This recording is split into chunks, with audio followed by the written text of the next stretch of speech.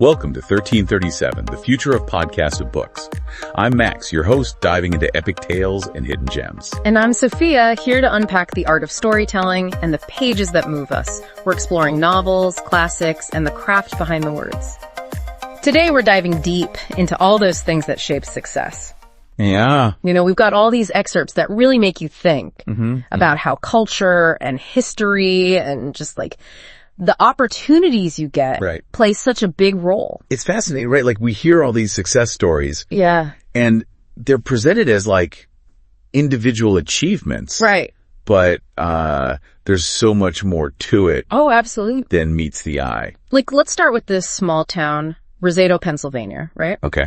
They had these crazy low rates of heart disease, way lower than their neighbors. Right. Even though they had similar diets and lifestyles. So what was going on? Yeah, it was a real head scratcher for researchers at first. Right. But eventually they figured out that Roseto had this incredibly tight-knit community. Yeah. Really strong family bonds. Okay. And a really supportive social network. It wasn't just about what individuals were doing. It was the whole environment that fostered this sense of belonging.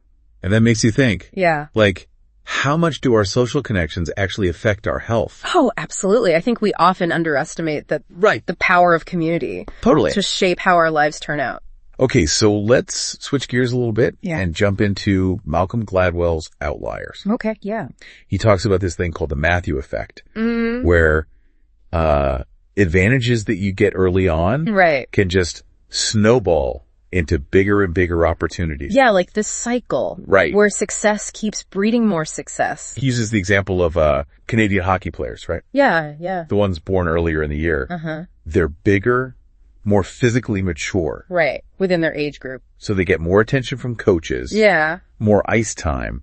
Yep. And they're more likely to, like, reach those elite levels. Exactly. It's like a built-in advantage from the start. So, like, something as random as when you're born can make a huge difference. It really can. That's kind of wild. And it's not just hockey. Right. Think about education, business, really any field where early success can compound over time. It makes you think about how level the playing field really is, right? Exactly. If we don't recognize that this is happening, we could end up perpetuating systems that are inherently unfair. Absolutely. We need to be aware of those dynamics. So Gladwell, he also dives into the 10,000-hour rule. Right. The idea that mastery takes a ton of dedicated practice. Yeah, like 10,000 hours worth. It's a lot, but it highlights the importance of putting in the time. He uses the Beatles as an example. Yeah, they spent years honing their craft, playing those marathon sets in like Hamburg nightclubs. Before they were, the Beatles. Right. They were racking up experience before they hit it big. It's crazy to think that those late nights in some random clubs actually set the stage for their global success. It's like all those hours laid the foundation.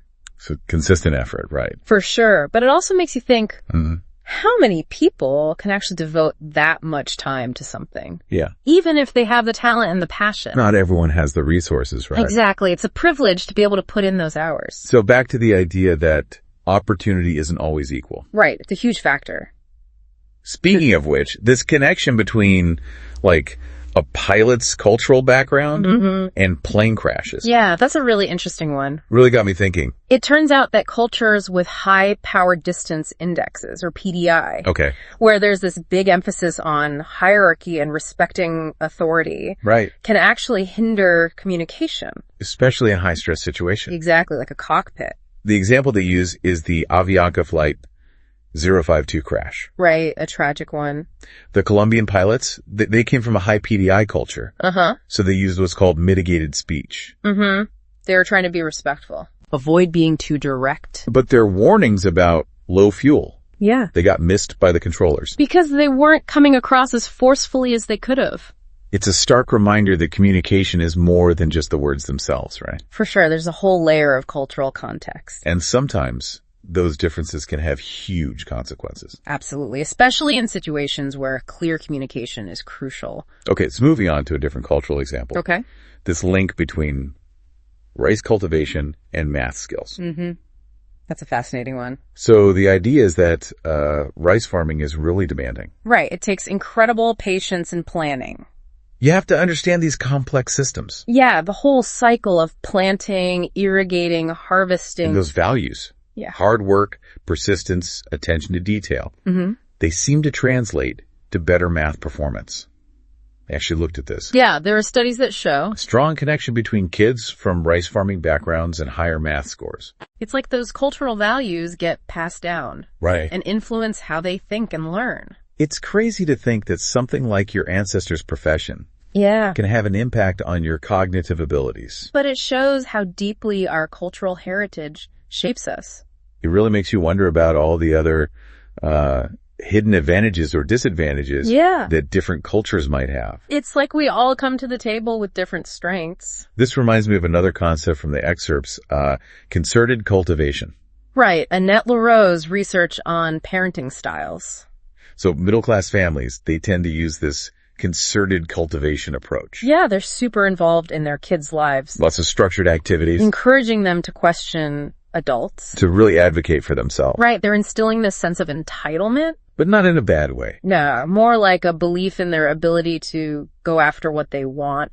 So it's not just about providing for your kids. It's about actively shaping their worldview. Yeah, Lareau contrasts this with what she calls accomplishment of natural growth. Oh. Which is more common in working class families. Where kids have more freedom. Right. To direct their own time. Both styles have their pros and cons, but concerted cultivation often gives kids the skills and the mindset that are valued in like school and the workplace. It makes you wonder how much our parenting styles actually end up influencing our kids' paths. It's a big question. Beyond just their natural abilities, right? For sure, it plays a role. Now let's get to one of the biggest themes in all these excerpts. Okay. The role of opportunity in shaping success. It's a fundamental factor. They use Bill Gates as an example. Right, the classic success story. But he had this incredible opportunity, access to a computer terminal back in the 1960s. When computers were super rare and expensive. Because he was able to rack up thousands of hours of programming experience. Way before anyone else. That, combined with his talent, obviously, was huge for his success with Microsoft. It gave him a massive head start. It's like one seemingly random opportunity can completely change the course of your life. It's incredible to think about. And it really challenges that whole idea that success is all about hard work and merit. It's not that simple. Right, because opportunity isn't evenly distributed. It's a crucial point. We often idolize those self-made individuals, but we have to acknowledge that success is often a mix of individual effort, talent, and just plain luck. And being in the right place at the right time. It makes you wonder how many brilliant minds are out there who just haven't had the same chances. It's a sobering thought. So how do we create a system that's more equitable? Right. How do we level the playing field? And give everyone the opportunity to reach their full potential. It's a big challenge. Regardless of their background or where they started in life. Absolutely. That's the goal. Like you could have all the talent in the world. Yeah. But if you never get the chance to, develop it. Right. It's like a seed that never gets planted. Gladwell, he brings up some historical examples to kind of illustrate this point. He talks about people born in the U.S. around 1835. Yeah. And how they were in this unique position to succeed in the business world. It was a time of massive economic change in the U.S. So these individuals, they came of age. Yeah. Just as all these new industries were emerging. They were riding a wave of opportunity. Without even realizing it. Almost like they hit the jackpot. So it's not just that they were super smart or hardworking. It was also about timing. Being in the right place at the right time. Exactly. It reminds me of that excerpt about the garment industry in New York. Yeah, how it provided a path to success for a lot of immigrants. Especially Jewish immigrants. Who were facing discrimination in other fields. The garment industry, it was tough work. Long hours, demanding conditions. But it offered opportunity. Where other doors were closed. It's like a real-life example of the 10,000-hour rule, right? Putting in the time, developing skills. Even though it was born out of necessity. It became a foundation for future success. Okay, so let's talk about Bill Joy for a second. The tech guy, right. Co-founded Sun Microsystems. Yeah, a brilliant mind. Gladwell argues that his success wasn't just about brilliance. He had a series of lucky breaks along the way. Like having access to this time-sharing computer system. At the University of Michigan. Which was, super rare back then. Most programmers were stuck with punch cards. Which were slow and inefficient. But Joy, he had this real-time system. He could experiment and really push the boundaries. It allowed him to maximize his potential. So it's not just about having talent. It's also about having the tools and opportunities. But actually use that talent. It makes you wonder how many other brilliant people were limited by a lack of access. Okay, so now let's shift gears to Christopher Langan. Okay. This guy's been called the smartest man in America. Super high IQ. But despite his intelligence, he's faced a lot of challenges. It highlights this important distinction between analytical intelligence, like what IQ tests measure, and practical intelligence, which is more about navigating the real world. Yeah. So you can be super smart, but lack the skills to actually succeed in life. Exactly. Practical intelligence is about things like social skills, emotional intelligence, knowing how to get things done. And those skills, they're often learned through experience. Through mentorship, exposure to different environments. And that's where Langan struggled. His upbringing didn't provide those opportunities. It's like having a powerful engine. Yeah. But no steering wheel.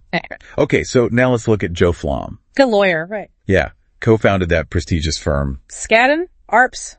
His story's interesting. Mm-hmm. It shows how adversity can sometimes lead to unexpected opportunities. He came from a Jewish immigrant background. Faced discrimination from those established law firms. They wouldn't give him certain types of work. Like litigation and proxy fights. They thought those were less desirable. So Flom, he ended up focusing on those areas. Yeah, the ones everyone else was avoiding. And then, as the legal landscape changed, those areas became more and more important. And Flom, he was perfectly positioned. He had the specialized expertise to capitalize on that shift. One man's trash is another man's treasure. Okay, so Gladwell also talks about this thing called demographic luck. Okay. The idea that being born during a certain time period can actually be advantageous. Like a demographic trough when birth rates are low? Yeah, there's less competition for resources. Smaller class sizes, easier to get into college. Less competition in the job market. Makes sense. So basically, when you're born, can have a huge impact on your life. Another factor that's often overlooked.